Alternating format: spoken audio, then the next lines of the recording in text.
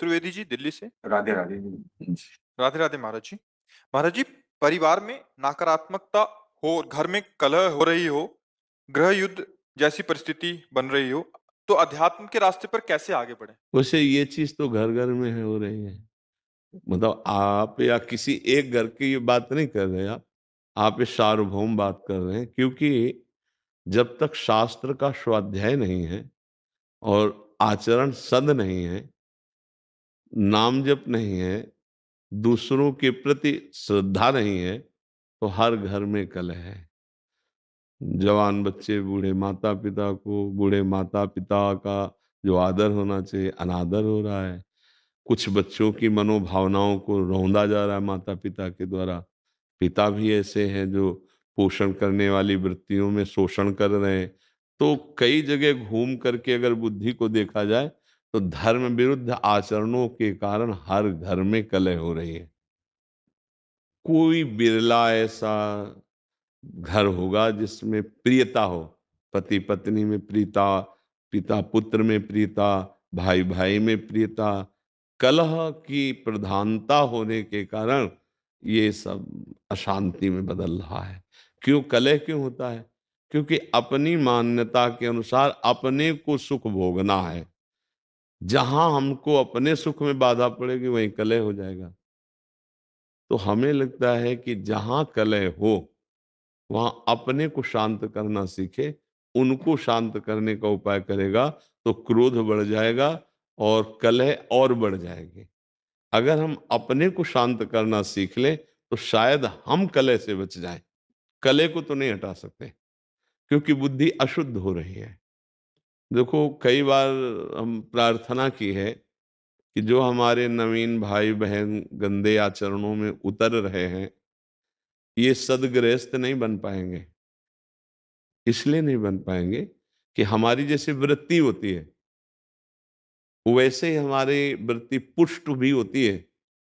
जैसे हम आज से शुरू किया 10 बार नाम जप करना, कल करेंगे 12 बार, 15 बार, 18 बार, और हम 2-4 महीने जपे तो अब बिना जप किए हमको अच्छा नहीं लगेगा। लगे ना? ऐसे हमने आज बॉयफ्रेंड बनाया, फिर उसको बॉयफ्रेंड बनाया, फिर उसको बनाया, या गर्लफ्रेंड बनाया, ब्रेकअप किया, ऐसा ऐसा। अब हमारी वृत्ति वो पुष्ट हो रही ना अनजाने में। वो वृत्ति जब हम गृहस्थ में जाएंगे तो पुष्ट वृत्ति है, अब हमें चैन नहीं पड़ेगी। क्या वो गृहस्थी कलह युक्त होगी या शांति युक्त? विचार करके देखिए, कलह युक्त होगी ना। हाँ, अब हमारी मांगे बढ़ गई, हमारी वासनाएं बढ़ गई, हमारी प्रियता एक जगह रही नहीं, तो कलह तो होगा ही, अशांति तो होगी।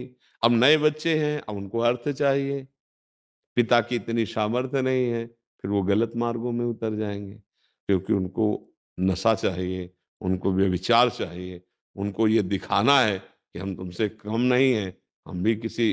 बस ये सब जो बाहरी मान्यताएं हैं, ये हर घर में कलह हो रही।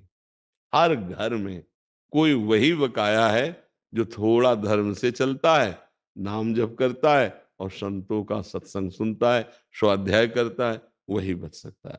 नहीं, हम हर घर का मतलब यहां भी हर घर में कलह हो रही, यहां भी कलह हो रही। मन घसीट रहा है भोगों की तरफ, इधर उधर उधर। कितनी अशांति पैदा की हुई। जरा देखो आप, मान लो आप विवेकवान हैं, बुद्धिमान हैं, तो आप अंदर विचार करके देखिए क्या शांत है? क्या इस घर में कलह नहीं हो रही? ये क्या कलह शून्य हो गया है? अगर कलह शून्य हो गया है तो आनंद में मगन हो जाना चाहिए। कलह शून्य का मतलब न सोचति न कांक्षति, समा सर्वेषु भूतेषु मद भक्तिम लभते पराम। न कोई अब सोच है, न कोई चाह रह गई, तृप्त हो गया है, आनंद मगन हो। ऐसा ना इस घर में है और न बाहर है। जब तक धर्म से नहीं चला जाएगा, भगवद आश्रय, नाम जप और शरीर भी पवित्र आचरण वाला, शरीर का बड़ा प्रभाव पड़ता है। देखो, अगर हमारा शरीर अपवित्र रहेगा तो हमारी इंद्रियां और मन अपवित्र रहेंगे। इंद्रियां मन अपवित्र रहेंगे तो हमारे विचार गंदे रहेंगे, अपवित्र रहेंगे। अब जब विचार गंदे, मन गंदा, इंद्रिया गंदी, शरीर अपवित्र, तो शांति किसको मिलेगी? सुख किसको मिलेगा? फिर वो क्या, चिड़चिड़ा स्वभाव, कड़ुआ स्वभाव। कुछ ऐसे दृश्य जैसे संसार में देखे ना कि वो लगता है कि ये मनुष्य रूप में राक्षस है, ऐसा निर्णय होता है, क्योंकि राक्षसी बुद्धि बढ़ गई है। अरे जैसे बूढ़ी माँ है, उसको जवान बच्चा पीट रहा है, ये राक्षस नहीं। अरे जिसके चरण धो के पीना चाहिए, उस माँ ने गर्भ में धारण किया, उस माँ ने हमारी सोच फेंकी, हमको इतना सयाना किया, अब तो हमको उसकी सेवा करनी चाहिए, उसके थप्पड़ मारो, ये राक्षसी बुद्धि बढ़ गई। पिता ने जीवन भर कमा कर अपने बच्चों को, 2 बच्चे 4 बच्चे पढ़ा लिखा के बड़ा किया, सब संपत्ति दे दी प्यार में, वो पिता के ही विपरीत हो गए। ये बहुत तरह की ऐसी मनोवृत्तियां हैं जो हमारे हृदय को जलाती हैं और बाहर। इसीलिए हम सबसे कहते हैं, प्रार्थना करते हैं कि अगर आप नाम जपना शुरू करें, अपने छोटे छोटे बच्चों को एक माला ही सही, 5 मिनट ही सही, राधा राधा नाम सुनाएं और उनको अच्छे आचरण की शिक्षा दें, तो आगे चलकर वो अच्छे गृहस्थ बन जाएंगे। अगर जिन बच्चों को शिक्षा नहीं दी जाती, वही बच्चे उद्दंडता में फंस जाते हैं। अच्छा, माता पिता में जब जीवन में भजन नहीं किया, तो अब शास्त्रों का ज्ञान नहीं कि हम उससे सह सके, अब वो जलते हैं बेचारे, अशांत हो जाते हैं। बड़ी अव्यवस्था है जीवन में। तो जीवन को व्यवस्थित ढंग से चलने के लिए नाम जप और सत शास्त्रों का स्वाध्याय या सत्संग जरूरी है। जिसके जीवन में सत्संग आ गया, कई ऐसे नौजवान भाई आते हैं कि हमने सब व्यसन छोड़ दिए, हमसे पहले गलती हो गई थी, अब हम माता पिता को अपने पास रखते हैं, अब उनकी सेवा कर, तो हृदय ठंडा हो जाता है। हाँ हाँ, हमारा जीवन सार्थक हुआ कि 4 लोग बदल तो रहे, 4 अपने स्वभाव को तो ठीक कर रहे हैं। अगर हम सत्संग सुने, नाम जप करें और ये बात बैठा लें कि कहीं मंदिर में भगवान की पूजा ही सर्वश्रेष्ठ नहीं है, इन हृदयों में भी भगवान विराजमान, इनकी भी पूजा आवश्यक है। सबके हृदय मंदिर में गोविंद विराजमान, चाहे माँ हो, बहन हो, पत्नी हो, पुत्र हो, परिवार, वही है प्रभु। अगर वो चले जाएं तो उन शरीरों को हम प्यार नहीं करेंगे।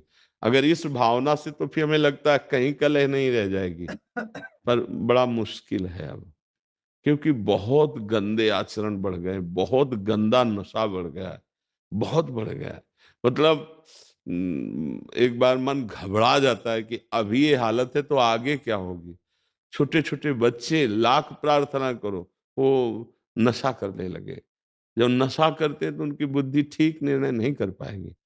जैसे हमने प्रार्थना की थी अभी नया वर्ष का, ये जो अंग्रेजी के दिनों में नया वर्ष मनाया जाता, अपना तो चैत्र में होता है, तो ये अंग्रेजी दिनों में अब नए नए बच्चे उद्दंडता कर रहे हैं, शराब पे रोडों में टहल रहे हैं, तो उद्दंड, ये कोई उत्सव है?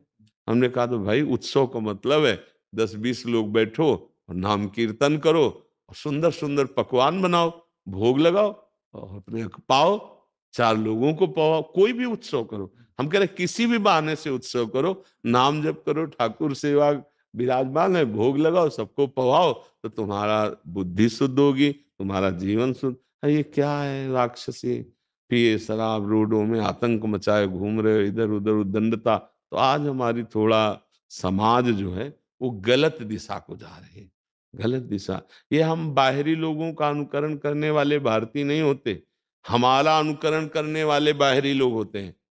देश विदेश में हर जगह हमारे देश के ऋषि मुनियों का महत्व रहा है, यहाँ की उपासना का महत्व रहा है। हमें ऐसा लगता है कि स्वर्ग और नर्क से बढ़कर कहीं कोई और बात नहीं है। अगर मोक्ष है, परम पद है, कैवल्य पद है, तो भारत के ही ब्रह्म ऋषियों के द्वारा शोध की हुई बात है। नहीं तो नर्क और स्वर्ग से बढ़कर कोई बात नहीं। जहां देखो तो नर्क की बात या स्वर्ग की बात, ऐसा कुछ लगता है। ज्यादा तो हम पढ़े नहीं अन्य धर्म ग्रंथों को, लेकिन बातचीत से लगता है सच्चिदानंद परम तत्व में मुक्त हो जाना या भगवत प्रेम तत्व बोध, ये बात यहीं की ऋषि की होगी। भारतीय कोई ऋषि अगर बाहर गया है तो भले मोक्ष की बात हो, योग की बात हो, अन्यथा स्वर्ग नरक की बात रहे। तो हम भारतीय हैं, हमारा अनुकरण दूसरे करें ये बात तो ठीक है, लेकिन हम दूसरों का अनुकरण करके भ्रष्ट हो ये बात ठीक नहीं। जिनके घरों में ये सब होता है, मांस खाना, मदिरा पीना और ये, तो फिर वो घरों में विघ्न ही विघ्न रहेगा, पक्का समझो। और जिनके घरों में 10 मिनट भगवान नाम कीर्तन होता है, ठाकुर विराजमान, आरती होती है, तो निश्चित समझो हम मान सकते हैं कि कुछ समय के लिए उनके पास धन ज्यादा ना हो, दुख भरी समस्या ऐसी दिखाई दे, लेकिन वो उनका कुल पवित्र होगा, उनका हृदय शांत होगा। एक दिन वो दीपक की तरह जलेंगे और बहुत आगे तक जाएंगे। हम माना कि ये सब उपद्रवी हाइलोजन की तरह जलेंगे, लेकिन बहुत जल्दी फ्यूज भी हो जाएंगे, क्योंकि अधर्म ज्यादा टिकता नहीं, पापाचरण ज्यादा स्थायी नहीं रहता है। तो हमें लगता है भगवान का आश्रय लिया जाए और ठीक से चला जाए, नाम जप किया जाए, तो हृदय का कलह भी शांत हो जाएगा और घर का भी कलह शांत हो जाएगा। क्यों? सर, मैं ये कहना चाह रहा हूँ कि मैंने परिवार बच्चों के लिए सब कुछ किया, नौकरी छोड़ दी परिवार बच्चों के लिए। 6 साल पहले नौकरी छोड़ दी, गवर्नमेंट जॉब था, छोड़ दिया, बच्चों की सेवा करने में लगा रहा। पर साल भर से 3-4 साल से घर में इतना कला, इतना मार पिटाई, हम ही को ही मारते पीटते रहते, हमने घर ही छोड़ दिया। हमने पत्नी बच्चों सब दिल्ली में हम छोड़ के यहाँ वृंदावन, केरला से आए हैं, वृंदावन में, केरला नौकरी करते थे, छोड़ दिए। और हम अब और कहीं प्रभु के सामने से आओ, कहीं मुझे जाना भी नहीं, इतना मार पीटे, गला तक दबाया मेरा, इतनी बार दबाया गला, सब कुछ दे दिया उनको। ये केवल आपका विषय नहीं है, ये लाखों पिता का विषय है, लाखों लोगों का विषय है। तो मतलब पढ़ाई लिखा वो लोग, नौकरी पा गए, वो लोग सब कुछ पा गए। वो वैसे हमने सब वर्णन कर दिया है, अभी अभी आपने सब सुना है कि सब, तो प्रभु आपका दुख नहीं है, लाखों का दुख है। वैसे बड़ी कृपा है आपके ऊपर, हम आपको बताएं, बड़ी कृपा है, इन्हीं में फंस के तुम्हारी दुर्गति हो जाती। मैं यही सोच के मैं चला आया। हाँ नहीं, हम जो बता रहे हैं आपके लिए पॉजिटिव, पुत्र में, पत्नी में, परिवार में, घर में, संपत्ति में, इसी में फंस करके जीव भगवान को भूल जाता है। तुम्हारे ऊपर बड़ी कृपा हुई, जिनको छोड़ना चाहिए था उन्होंने तुम्हें ठुकरा दिया। अब अगर राधा राधा जप पाओ और भगवान के आश्रित हो जाओ तो तुम्हारा जीवन सफल हो जाए। में मुझे नंगा छोड़ के चले आए, वहां पे लोग तिरुपति में। नहीं, आपको आपको रोना नहीं, चप्पल भी था, पैसे भी नहीं थे। नहीं, आपको रोना नहीं है, आपको हंसना है, संसार का दृश्य देख के हंसना है। ये देखो, इनको मैंने पुत्र माना, इनके लिए जीवन अर्पित किया। इसीलिए हम जब कहते हैं ना, कभी कभी कोई किसी का नहीं है, देखो एक पिता है, इसने क्या क्या नहीं अपने संतान के लिए की होगी। और सरकारी किस किस डिपार्टमेंट में, CIS अपने पुलिस में इंस्पेक्टर थे।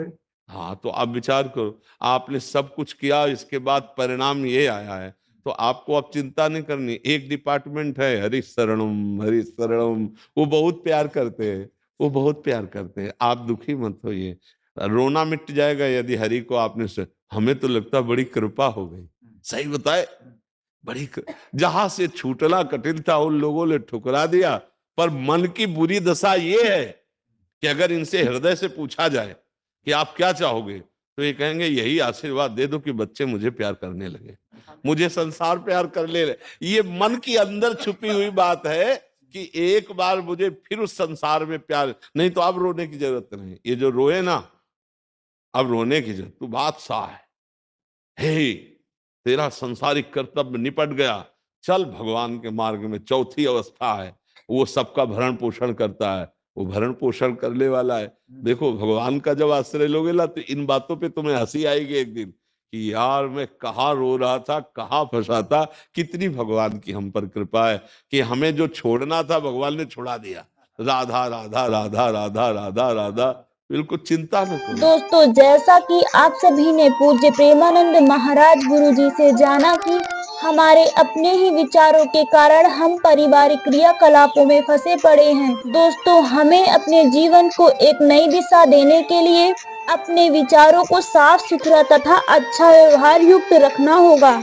जैसा कि दोस्तों महाराज जी से जाना कि हमें दूसरों को बदलने तथा उनके विचारों में परिवर्तन लाने से अधिक अपने को बदलने के बारे में सोचना चाहिए। दोस्तों, प्रेमानंद महाराज जी ने बताया कि हमें भजन रोज अवश्य ही करना चाहिए।